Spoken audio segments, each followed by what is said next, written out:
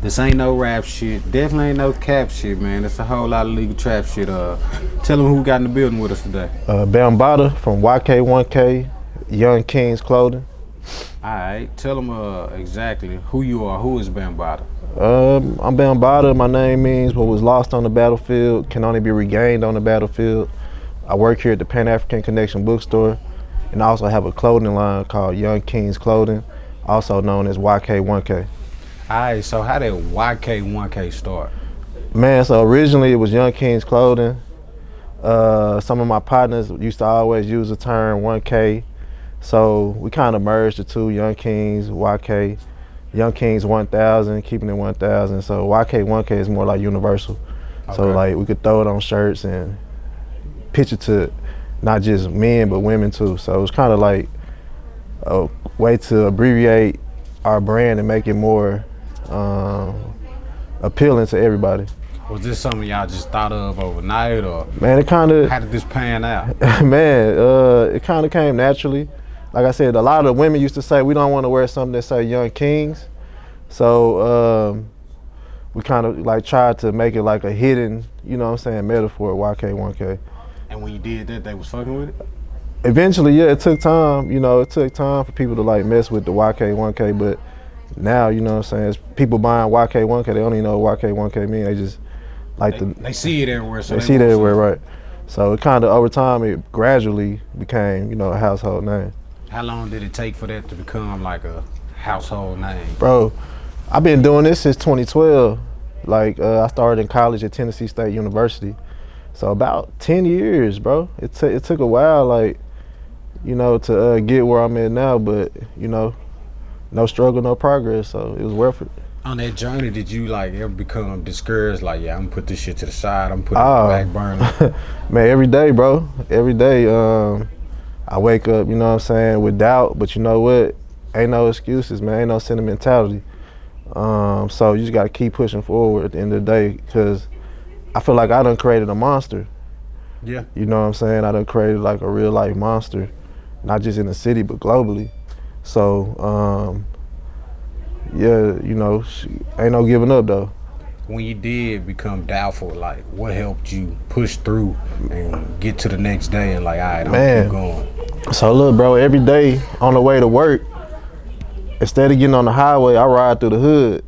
Mm-hmm. I ride through the trenches, you know what I'm saying, with my people. So just seeing my people struggle, seeing my people in these conditions motivates me to go harder, because I know if I make it to a certain point, I could provide more opportunities for everybody else. So just seeing my people, man, seeing my people wear the clothes, seeing my people happy, like at this point, I'm not doing it for me no more. It's for the people. Like, if I gave up, I got some partners that said they'll probably beat me up. They said, Bambada, if you ever quit, we probably come knocking on your door. You know what I'm saying? So it's like, I can't even quit now. So, man, we gonna keep going.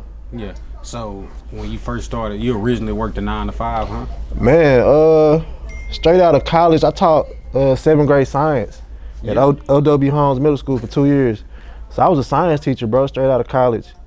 And then eventually, you know, so I'm gonna take a risk and, you know, chase my dreams. But yeah, I taught school for 2 years. What made you finally do that transition and take that leap of faith? Like, I'm gonna quit this 9 to 5 and this is where my money gonna come from. Man, honestly, the ancestors, bro.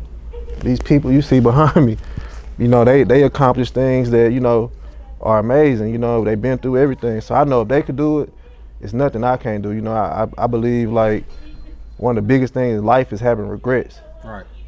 Like I didn't want to look back being 35, being like, man, I should have did this, I should have did that. Like the money gonna always come. So it was just more so about me believing in myself and wanting to see my dreams come true. Were you fearful when you jumped out there? Nope. No? Nah, my pops, Ben Deli, where he at? Right here, Ben Deli, he told me when I was young, the key to life is to have no fear. So there's no such thing as fear. Fear isn't real, you know, it's only real if you make it real. So no, I was never really scared. I just knew I had to do what I had to do. Yeah? Yeah. So what sacrifices did you, or not even sacrifices right now, what obstacles did you face on your journey when you jumped out here? Man, what obstacles, man? It's so many. It's so many obstacles that I face, but Man, one of the best ones, bro, was just putting myself out there. Like, stop worrying about what people think. Stop worrying about people gonna support you. Like, just keep working on your craft, and eventually, people gonna respect your work. Right. You know what I'm saying? So just keep working on what you got going, and eventually, people gonna catch on to it. And so when you did put yourself out there, what was like kind of some of the feedback that you got? I mean, good and bad. You know, it's positive feedback, negative, but it's pros and cons and everything in life. Right. You know what I'm saying? It's good and bad, good and evil. So, you know, you gotta take the good with the bad, but at the end of the day, it don't really matter. You know what I'm saying? The only thing that matters is what you do with your time and your energy, you know what I'm saying? But, yeah, that's pretty much it. So let me ask you this: how did you even know, like, all right, this is my lane, this is what I want to do, I want to design clothes? Because you just started out making shirts, then next thing you know, we seen you come out with pants, you got a whole suit, and hell, now you even got shoes. Shoes, right. So, bro, I tell people all the time, I'm not a designer.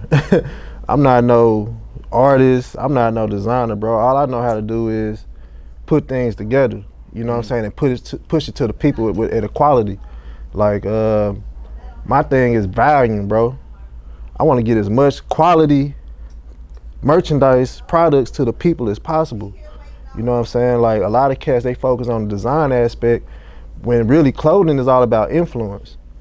Like, if you could sell a shirt that say YK, 1K 1,000 times, that's influence, you know what I'm saying? Your brand has power, it's gonna last forever. More so if you focus on doing a crazy design and only moving so many units, it's like, they not gonna really feel you. Yeah, you might make the money, but it's less of your product out here than the guy who's selling 1,000 t-shirts that say nothing, you know what I'm saying? Right. So when it comes to clothing, bro, it's more so about influence. So I want to work on my influence more so than my designing. So that'd be my biggest thing, influence. Influence. Yeah. Do you feel like you got a great influence in the city right now? Man, it's growing. It's growing, man. I feel like a lot of people still don't know me. A lot of people still don't know about the brand. So, like I said, every day I wake up, like, motivated, like, man, I gotta let more people know what's going on. I gotta get out there more. I always feel like I start at zero every day. Like, we could have a big win yesterday, but that don't mean nothing. You know what I'm saying? Like, it's right back to the battlefield, right back to the grind. I always, like I said, I always wake up on zero, trying to make it back to the top. Is that your motivation to keep you going? To keep you going forward, waking up, no, I gotta get it. Man, like, reach more people. My motivation comes from the people, bro. Like I'll just be walking downtown or something like that, and I see people wearing my clothes, and they'll walk right past me, not knowing it's you. They only know it's me. You know what I'm saying? And just seeing how confident that person might look walking around in my clothes, that's the type of stuff that motivates me. A lot of people be like, man, you got celebrities wearing your clothes, you got NBA. I'm like, bro, that don't matter. It's cool, don't get me wrong, it's cool to see that, but I get more excited seeing my people out here in the hood, in the trenches. Like, it's cats walking around this hood right now. We in the cliff, we in the middle of the cliff, we in Glendale, walking around with HBCU basketball shorts on. Never been to HBCU in their life, never applied to go to HBCU, but they repping a school, you know what I'm saying? Yeah, so because of you. Not because of me, because of the brand, but yeah, because of the brand, because you decided to put that on that, some shorts. Yes, to put that on some shorts and, you know, have it ready. So that's type of stuff that motivate me, bro. The people, I'm real tied in with the people. Like, in the day, without the people, I wouldn't be sitting right here having this interview with you right now. You know what I'm saying? So as far as like putting like the HBCUs and the high schools on the shorts, is that had like when it comes to that, is like trademarking an issue? I mean, so. With the HBCUs, you know, originally I was doing it without their permission. Just to be honest, I was doing it without their permission for a while, and they eventually hit me. They like, "Hey, brother, you gotta stop." You know, they said you're doing too much. You know what I'm saying? Everybody got these shorts on. You know, I answered the phone. I said, "Hello. I've been waiting on y'all to call me. Like, thank you. Like, thank you, God. Y'all finally called me. Let's make this bigger and better." Yeah. And, you know, they told me the process to get trademarked, to be officially licensed. And, you know, from there it's been, you know, even better. But that's anything you're doing, man. Was that process hard to get trademarked through them or get it took time. It took time, but it wasn't hard, just paperwork. And make sure all your stuff is together. So it really taught me a lesson as far as how to do business. Right. You know what I'm saying? Make sure your stuff is right. Like, you can't just be out here making money. You got to have your paperwork, your LLC, your tax ID, all the little business stuff that they don't really teach you. A lot of cats just think, okay, let's get out here and get some money. But it was a good lesson. But you know, shout out to all the HBCUs, Tennessee State, that's the school I went to. Every HBCU in America, we love y'all. Thank you. What inspired you to even come up with that whole idea? Let's get some short. Let's put the local schools on there. Let's put the local HBCUs. Right. So, bro, my first shorts I think I made was some Carter Cowboy shorts. They went crazy. They went crazy, yeah. They was some Carter Cowboy basketball shorts, bro. And then from there, I was like, you know, let's expand to the colleges. So it's all started from doing some Carter Cowboy shorts, and now it's crazy. Like shorts are basketball shorts. It was real trendy at the time. It still is kind of trendy, right. But yeah, it kind of started from Carter Cowboys. And people loved it. People love it. Like people, it's like it's almost to the point now. Like if you live in Dallas and you ain't got no YK1K shorts, it's kind of like it's crazy, bro. Like everybody has these shorts, bro. Everybody has them. Was you ready for let me see, did you expect them to go off the way they did? I did not, bro. I had no idea that they was gonna do what they did. But like I was prepared for it though. You know, it's like, yeah, I was prepared for it. By the time you posted them and put them, and people seeing that they was available, you go to the website, right? Sold out. Sold out. But see, a lot of people don't know, I've been doing these shorts for almost 3 years. Mm-hmm. So it took them about a year to finally like get popping. It took time. Like it didn't happen overnight. Like it took time, bro. Like it's like I was like, oh my God, you know what I'm saying? But we've been doing these shorts for a while. What do you think took so long for the people to grasp that whole concept? Or timing, bro. Like sometimes it just take time, bro. To like the right person to share it, the right person to, you know, stamp it. It just take time, you know.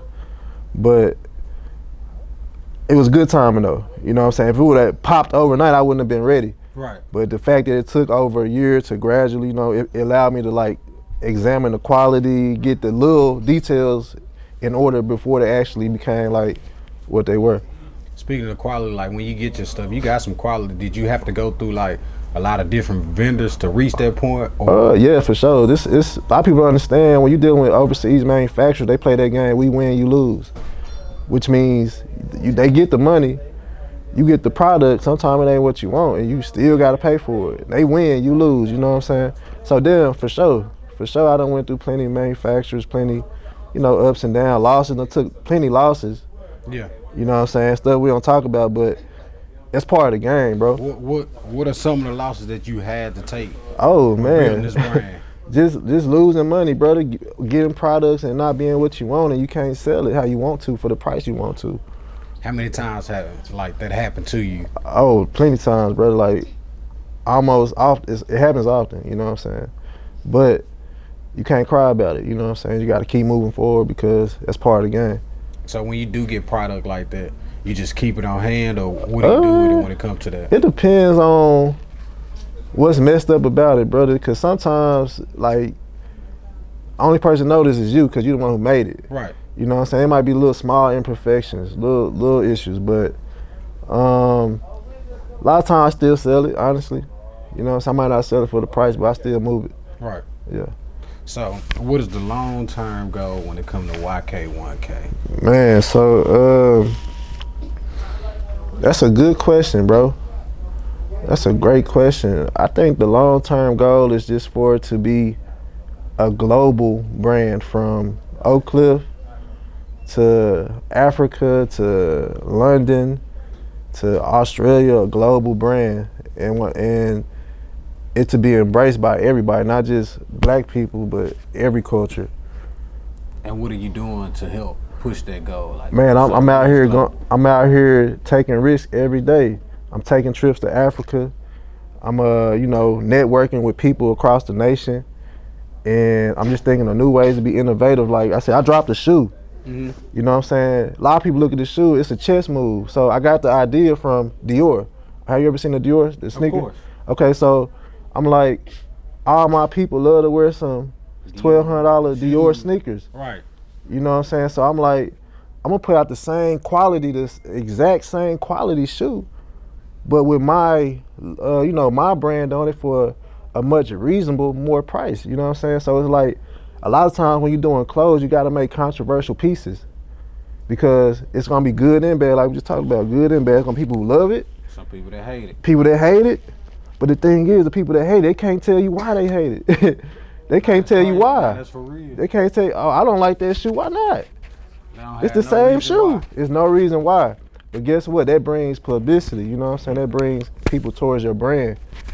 Right. So I love controversy. You know what I'm saying? It brings the best out of you personally, and it helps you, you know what I'm saying, develop who you are. Is there a lot of controversy with this brand? With the brand? Yeah. Oh, nah. People love the YK1K. It's almost, we got like a cult following now, bro. Like we post the event, the people pulling up. You know what I'm saying? Not just in Dallas, but different cities. Like we got a real life support system that's broad.